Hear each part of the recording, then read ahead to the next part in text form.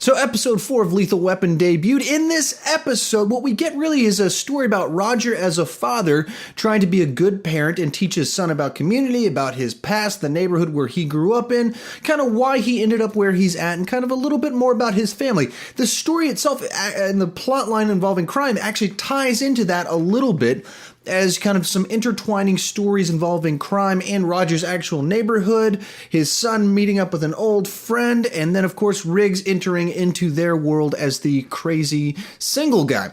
So in this episode, I thought it was a much stronger episode than last week. There was more to it that kind of pulled you in that was actually memorable. I felt the third episode was just forgettable. And right now, as I'm trying to think of what it was about, I think there was like drug dealers. That's it. Like, I don't remember what last week's episode was about at all. The second episode was about like a sniper guy trying to kill a lady. This episode, I'm going to remember it because it ties in family elements, and you have Roger as a father, and that was very interesting to see him in that different role, and not just at the dinner table, not just going on dates with his wife, but here as a father trying to be both the fun parent, but the actual disciplinary parent, and the parent that cares about his kid. All of those different ingredients, you get to see many different faceted. It's not just cardboard cutout. There's no single label you could pull and slap on it and label him as a dad, because he's playing multiple different roles like actual dads have to do that are actually good parents. And that's what he is, of course. And so I felt this episode was very strong. I wouldn't try and rank the 4 episodes thus far, but certainly one of the stronger ones. There's some memorable action sequences in it. There's a scene specifically in a shower involving a taser. I don't know if the technology actually works like that, or if things would have gone very differently had they attempted to do what they do in this episode.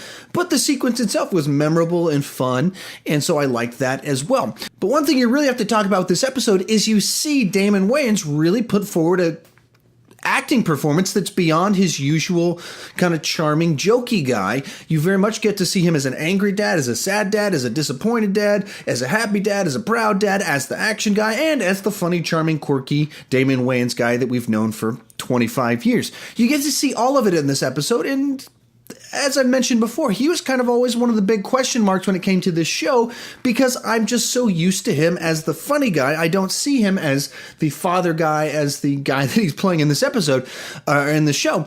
And so it was very good to see him kind of prove me wrong a little bit. I want to be proven wrong. I want to see a good performance, and you see that in this episode.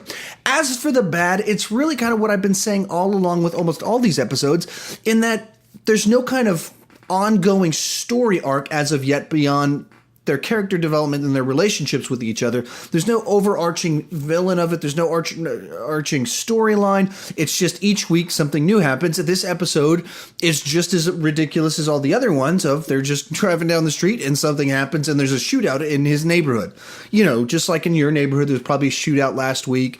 You know, like you probably went to McDonald's last week and a shootout broke out. That's the world in which the show lives in. And to an extent, that's the world of the movies. However, in the movies, you had one story like that every 2 years, 3 years, 4 years. Here you have one every week, in which case it really stretches plausibility if, they're in a world where literally there's a shootout in totally normal average places all the time, but it's supposed to be like a nice, safe community. It stretches plausibility, and that's really kind of what this show does a bit too much. And one of the problems with taking Lethal Weapon and making it a TV show is that exact problem, especially when you don't have some sort of overarching story where there's a reason that they're tracking down this guy and they keep not catching him. Instead, there's actual different reasons that bad stuff's going on in this community all the time, in which case it becomes just this terrifying world to live in. So all that to say, I enjoyed this episode. It was definitely a step up from last week. I'm looking forward to next week again. It seems like every other episode, I'm kind of like, oh, really? That's what you got for me? And then the next week, it's like, oh, actually, I kind of like that. I like the direction they're going. The next week, oh, man, not again.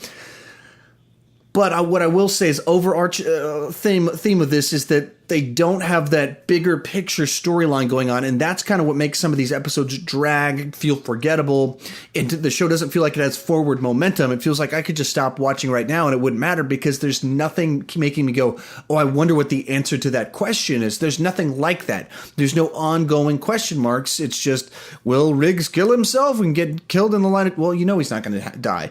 So the one question mark in the series isn't a question mark. So it's just 4 standalone episodes. You could watch any of them without having seen the other ones. It doesn't really matter. None of it adds up. And that frustrates me. I want more than that. It doesn't have to be totally serialized storytelling, but elements to it would certainly, I think, add to the show and give it some more plausibility in some of these elements. And it does something different from what you see in the movies, and that's what's missing. This just feels like the movie's done cheaply. So if you've seen the 4 episodes thus far, which one is your favorite of the 4? We've got 4 different tastes, 4 different standalone stories. Which one did you like the most? Tell me in the comment section, because I don't want to just talk about TV. I want to talk about TV with you. So let's have a great conversation down in there. If you have never clicked that subscribe button, please consider clicking that subscribe button to check out all my future videos and my rants about different stuff and my thoughts on movies and TV. Thank you so much for watching.